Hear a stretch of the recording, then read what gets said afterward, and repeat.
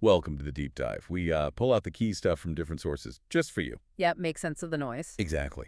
So today we've got this really interesting mix. We're looking at astrology, tarot, and this narrative piece, all connected to one date, May 16th, 2025.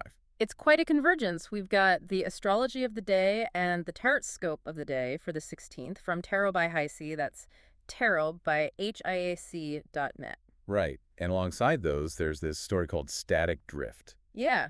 And our job really is to see how these different views kind of talk to each other. What do they tell you about navigating, well, now, by looking at how we deal with the past and the future? Get ready for some connections, maybe some aha moments. We want to see how this all boils down to something useful, for making decisions, handling old baggage, and actually moving forward. It's amazing how these different ways of looking at things can really land on similar themes. Okay, let's dive right in. Astrology first. May 16th, 2025. Yeah. What's the headline? The main thing seems to be clear communication. Talking about goals, strategies, making things plain.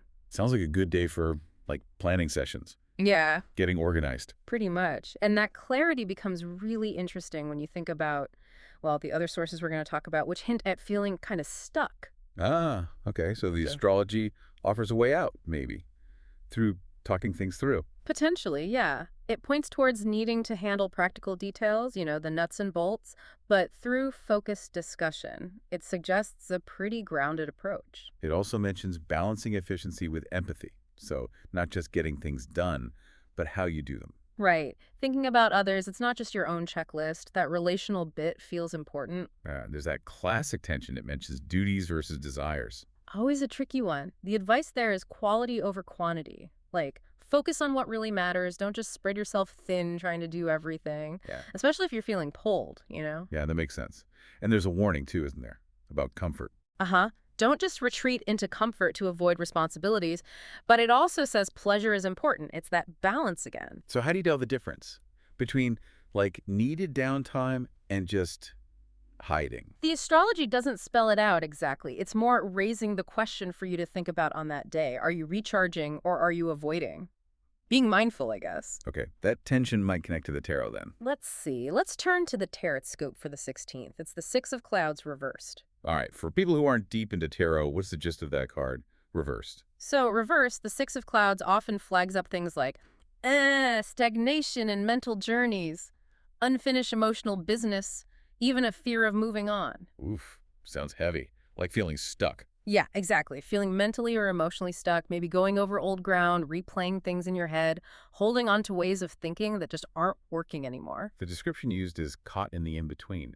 Why do we get stuck like that? What pulls us back? Could be lots of things. Old wounds, things left unsaid, maybe just being scared of what's next, The unknown. Right. The TarotScope suggests we might cling to familiar thoughts, even bad ones, just out of habit or fear. It really pushes you to ask, what baggage are you carrying that you don't need? What truths are maybe uncomfortable to face? It's like knowing you should move but feeling anchored down. And the tarot says the anchor is usually internal, inside us. Mostly, yeah. Yeah. It stresses that it's often our own thought processes holding us back, not usually like actual external walls. So we might be thinking about the past constantly, but not actually processing the feelings. That's a really common way it shows up, just spinning your wheels mentally, Right. intellectualizing instead of feeling. It calls it a pause before true movement. A pause, but not necessarily permanent. No, definitely not. And there's encouragement and affirmation comes with it. I release the thoughts that chain me to the past. I trust the currents of change and claim peace of mind. So there's a way forward implied. Okay, this is where the story Static Drift slots in so well, it sounds like. It seems to capture that exact feeling. Tell us about the main character, Vera Nix, and her world. Right, Vera Nix, she's in this place called Low District Narrows. Think decaying tech, broken neon signs, static on screens, smog. Just a very palpable sense of things being run down, stagnant. Sets the mood. Definitely.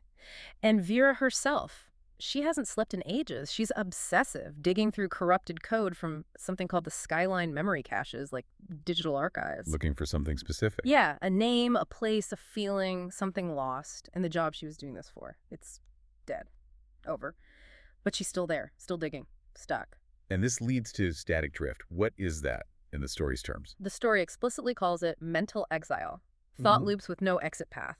It directly links it to the Six of Clouds reversed. Wow, okay. Vera's trapped between these fragmented old memories and corrupted data about the future, can't quite grasp the present, and there's this looping message she keeps hitting in the code. You can't outrun the past in a place with no future. Chilling. That perfectly captures that feeling of being hemmed in mentally, just like the tarot card. Exactly. It mirrors that sense of stagnation, being tied to the past, maybe afraid of what's ahead or if there is anything ahead. But someone gives her advice, right? Ghost Jacks? Yes. Ghost Jacks tells her, you're not as stuck as you feel, Nyx. And crucially, you don't need all of it. Some memories aren't meant to be carried. That sounds so much like the tarot's advice to release the past, and maybe even the astrology's push for clarity and action. It really does. It's like a nudge. And it works, in a way. Vera decides to power down the system she's been digging through. The noise, the whispers in her head, they ease off. So she takes an action. A logical step, like the astrology suggested. Disengaging from the loop. Precisely. She breaks the cycle, at least for now. But she keeps something, doesn't she? A piece of the data. Yeah, this is really interesting. She keeps one single data shard. It has a fragment of that looping message on it. Why? If she's moving on. The story suggests it's not about clinging anymore, but about choice. About acknowledging that piece of the past, but on her own terms. She isn't trying to erase everything. So moving on isn't forgetting, it's curating. Choosing what you carry. I think that's a great way to put it, intentional curation. She decides she's not built for nostalgia anymore and starts thinking about new runs, new names, new jobs. She's looking forward. Embracing the unknown, like that final image of her moving into the city's blood-warm glow of the endless dark. Yeah, it's a powerful ending. Purposeful movement. It feels like she's claimed that new mental horizon the tarot talks about. Okay, so let's bring it all together. It feels like a really strong through line here. Definitely. You have the astrology calling for clear, balanced, practical action on this day. Then the tarot warning you about getting stuck in mental loops about the past, bogged down by old emotional stuff. That feeling of stagnation. And Vera's story just plays it all out. Her static drift is the Six of Clouds reversed in action. Her decision to shut it down and move on reflects the astrological advice for clarity and action. And maybe that unconscious resentment the astrology hinted at, that could easily be the result of the unfinished emotional business the tarot mentions. Holding on to that stuff really can prevent clear thinking and effective action. Right. And the astrology's point about needs versus wants. Vera wanted maybe to stay lost in the code in the past, but she needed to break free to survive, to find something new. Which meant letting go of that want, that attachment. It all points to the same core idea, really. Okay. Acknowledging the past is important. You learn from it. Maybe you even keep a piece, like Vera's data shard. But you have to consciously choose what not to carry forward, what no longer serves you, so you can actually move with intention. So for you listening, think about this convergence. Cosmic patterns, symbolic insight, a fictional journey, all pointing to this theme for May 16th or maybe even for right now. Yeah. What's your data shard? What memory, belief, or feeling are you choosing to carry? And maybe more importantly, what are you consciously deciding to leave behind, to make space for your own new horizon? Something to reflect on. How did these ideas, clarity, balance, releasing the past, land with you today? Where are you in that process? Here's to taking that next step, whatever it is, unburdened and ready for what's coming.